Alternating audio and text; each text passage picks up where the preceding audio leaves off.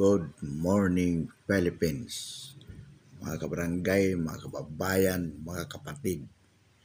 Ngayon po ay araw ng Lunes, May 6, 2024. Mainit po ang talakayan sa social media, mga kabarangay, mga kapatid, tungkol po dito sa pulboronic president with his pulboronic governance.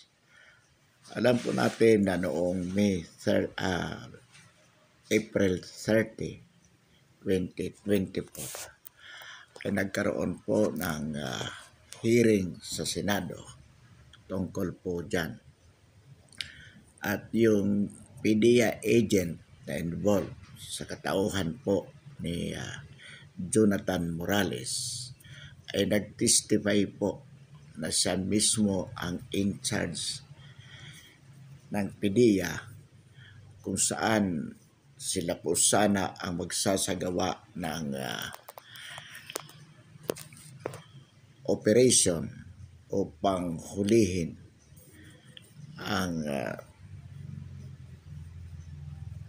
Pangulo natin na si PBBM na noong panahon yun, 2012, ay isang senador.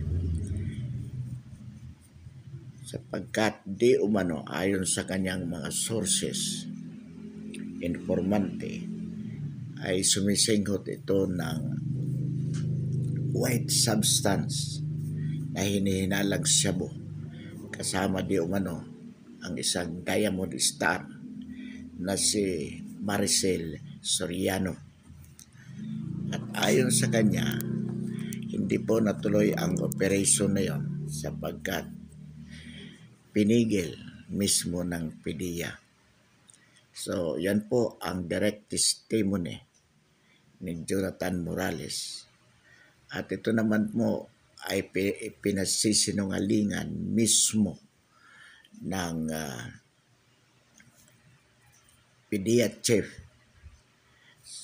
sa katauhan ni General Lasso. Well, ang sabi po ni General Lasso, there is no such document.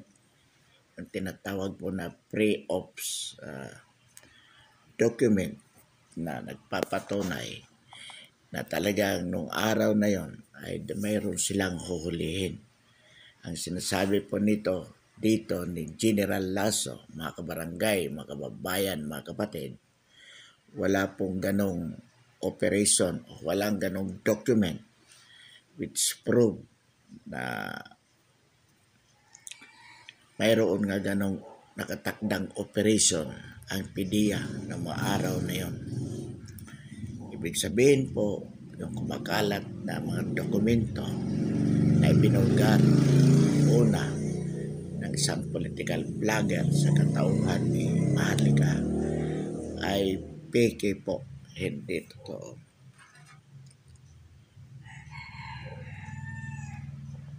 Well, kung ibabase po natin sa ating napanood mismo sa hearing ng Senado where with Bato de la Rosa, Senator Bato de la Rosa as chairman of the committee conducting the hearing, makikita po natin, mga kabarangay, mga kababayan, mga kapatid, na itong si Jonathan Morales ay talaga pong nagsasabi ng totoo kung ikukumpara po kay General Lasso. So, ang issue po dito, mga kabarangay, mga kababayan, mga kapatid, ay yung paraan ng pag-iimbestiga nitong si General Bato de la Rosa, sapagkat kung atin pong bibigyan ng assessment ang kanyang actuation, pwede po nating sabihin na medyo lumambot si General de la Rosa. In fact, lumabas po mismo sa kanyang bibig na hindi magsisinungaling si General Lasso sapagkat ito ay kanyang kasama sa PMA o sa Philippine Military Academy. Ano po mga kabarangay, mga kababayan ang implication dito po sa sinabi ni Senator Bato de la Rosa?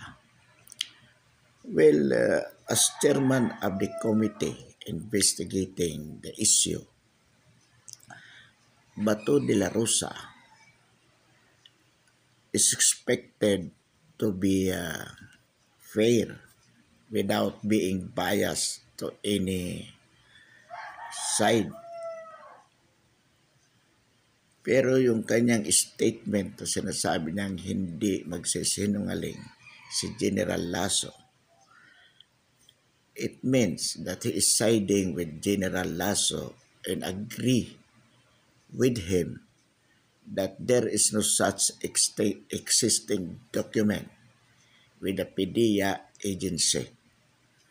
So, impliedly telling to the public that Jonathan Morales is not telling the truth.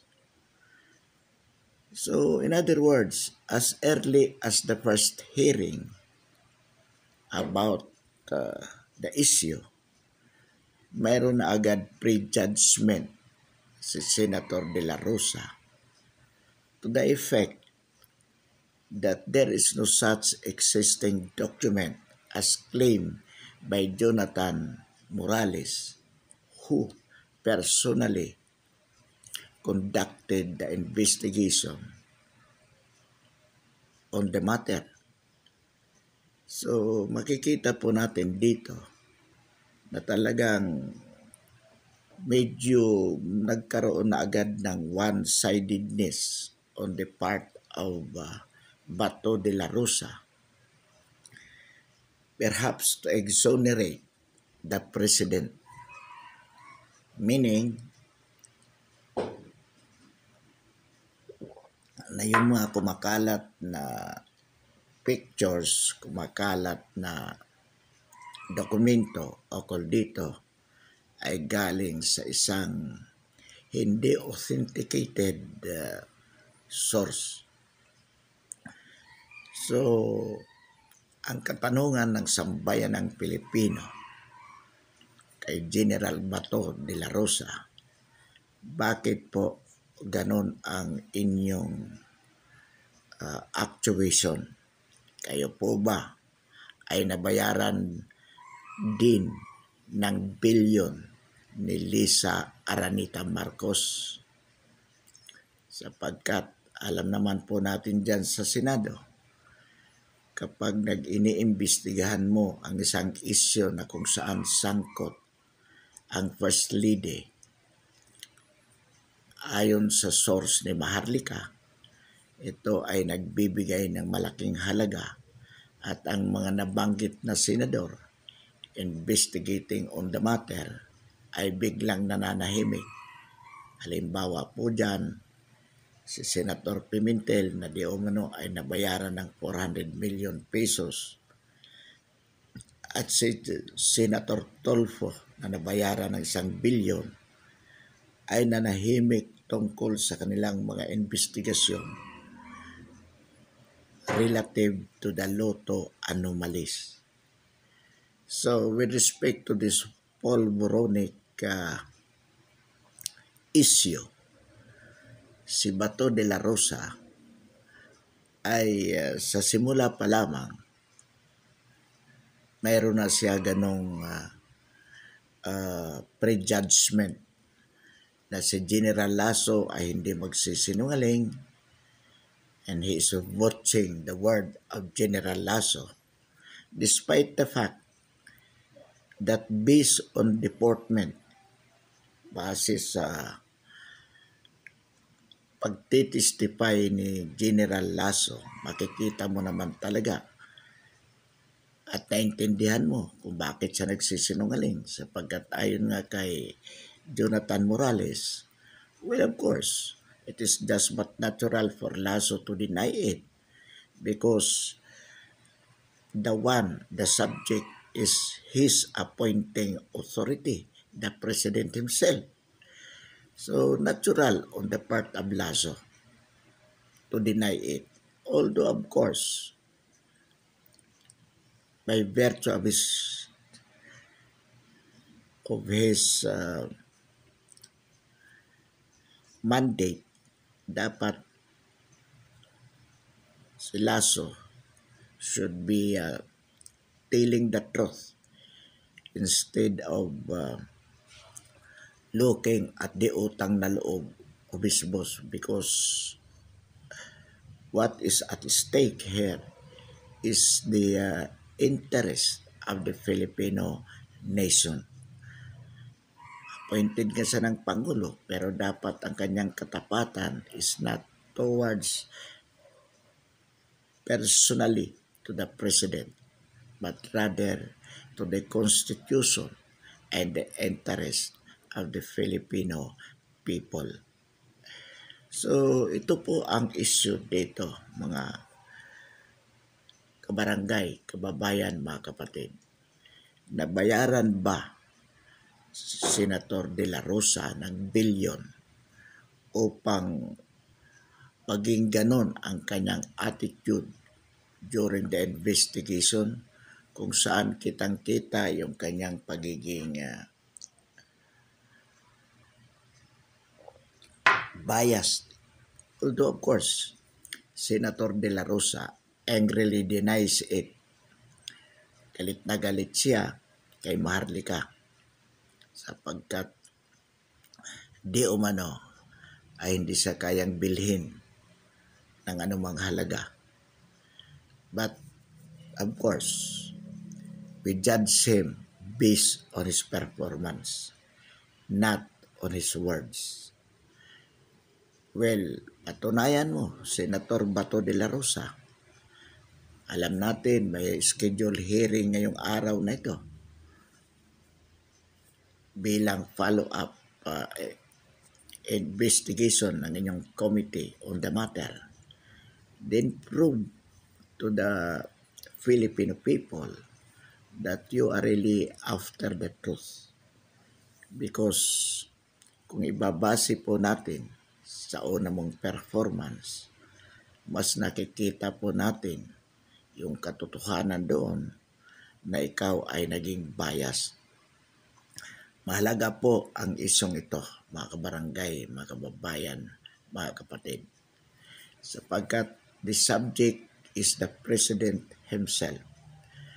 Kung pangkaraniwang tao yan, sasabi po natin wala tayong pakialam.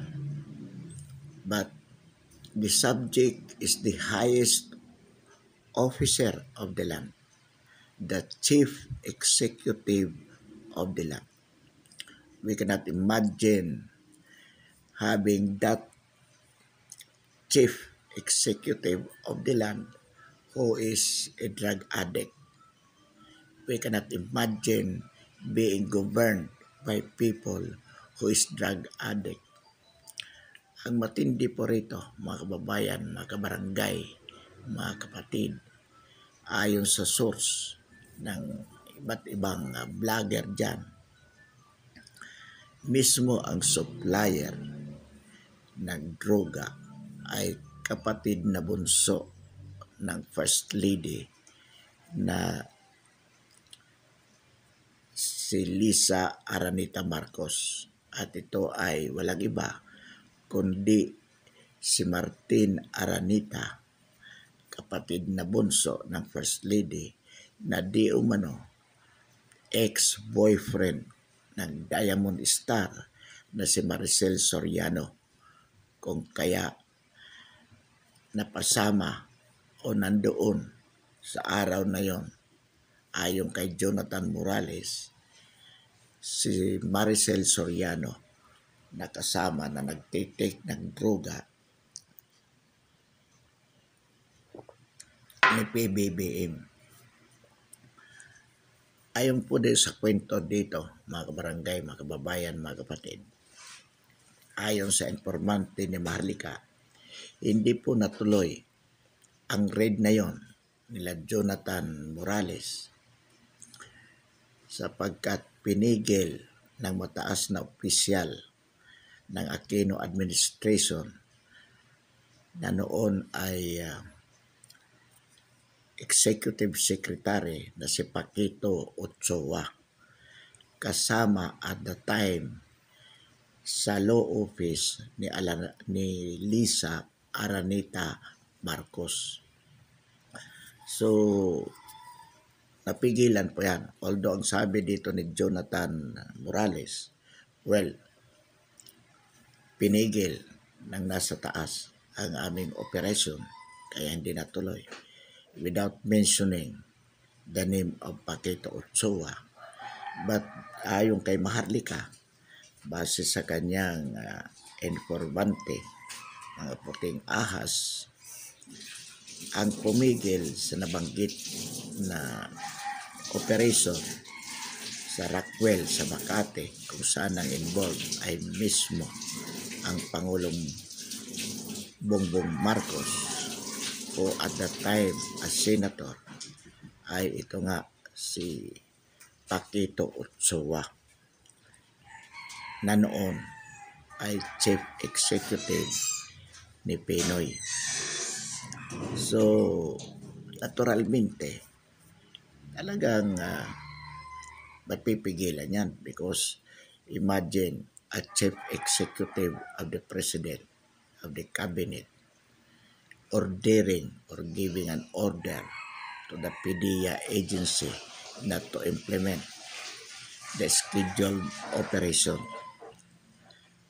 At sa bahagi naman ni Jonathan Morales, talagang hindi na niya malalaman kung sino ang pumigil.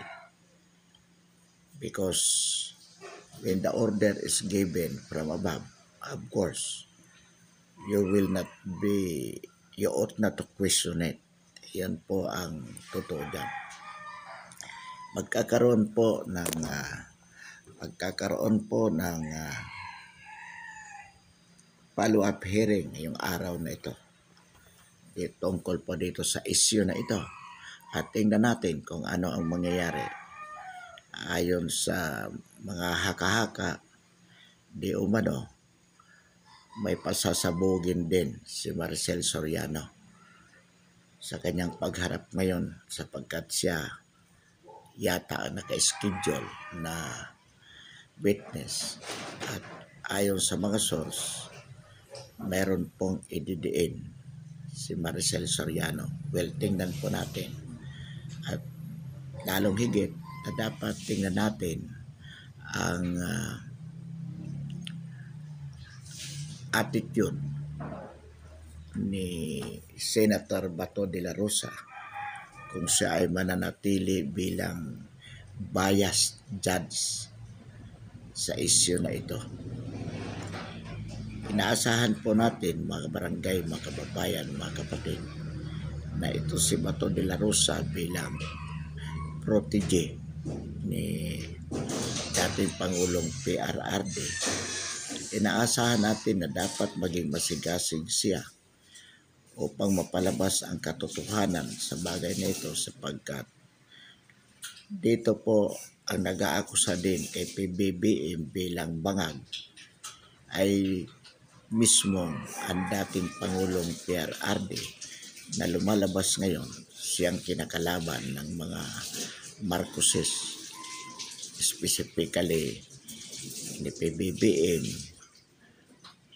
at ng kanyang First Lady na si Lisa Araneta Marcos. Bagamat admittedly, si PBBM is still exercising cordiality with Sara Duterte as his Vice President. Kumbaga, sinisikap niya na magkaroon pa rin ng magandang relasyon. Although yung kanyang asawa na hindi naman niya kayang pigilin, yun talaga ang is all out at war with the Vice President and the Duterte family. At sapagkat mismong si PRRD ang nagsasabi na bangag si PBBM, So inaasahan po natin dito si Bato de la Rosa na maging masigasig upang makatulong sana na mapalabas ang katotohanan tungkol sa sinasabi ni PRRD na bangag si PBBM. And yet, bumaliktad ang pangyayari. Lumalabas ngayon na itong si Senator De La Rosa ay tila pa kampi kay PBBM in terms of saying na siya ay kumbinsido at naniniwala kay General Lasso na wala talagang ganong dokumento existing with the PDEA agency. So, yan po ang isyo at katotohanan sa ngayon. Pero tingnan po natin mga kabarangay, mga kababayan, mga kapatid sa susunod na hearing na gaganapin mamaya sa Senado. Obserbahan po natin dito particularly ang attitude ni Bato de la Rosa sapagkat kung ipagpapatuloy niya ang ganong attitude katulad ng nasimulan noong April 30, malaki po ang paniniwala natin na mismo si Senator Bato de la Rosa ay nabili na rin ni First Lady Lisa Aranitang Marcos. Ang samantala, wakasan po natin ang ating talakayan ngayong umaga upang subaybayan po. Iniimbitahan natin ang sambayan ng Pilipino na subaybayan ang hearing na ito sa Senado because this is no joke. Ang involved po dito ay kung totoo na ang ating kasalukuyang Pangulo ay bangag, drug addict, sapagkat kung ito po ay mapapatunayan na totoo, dapat po lamang na siya ay patalsikin bilang Pangulo sa lalong madaling panahon. At ang sinasabi natin dito, the right time is the day where the President is supposed to deliver his State of the Nation address. And that will be on the 4th Monday of July. Marami pong salamat at muli magandang umaga sa lahat.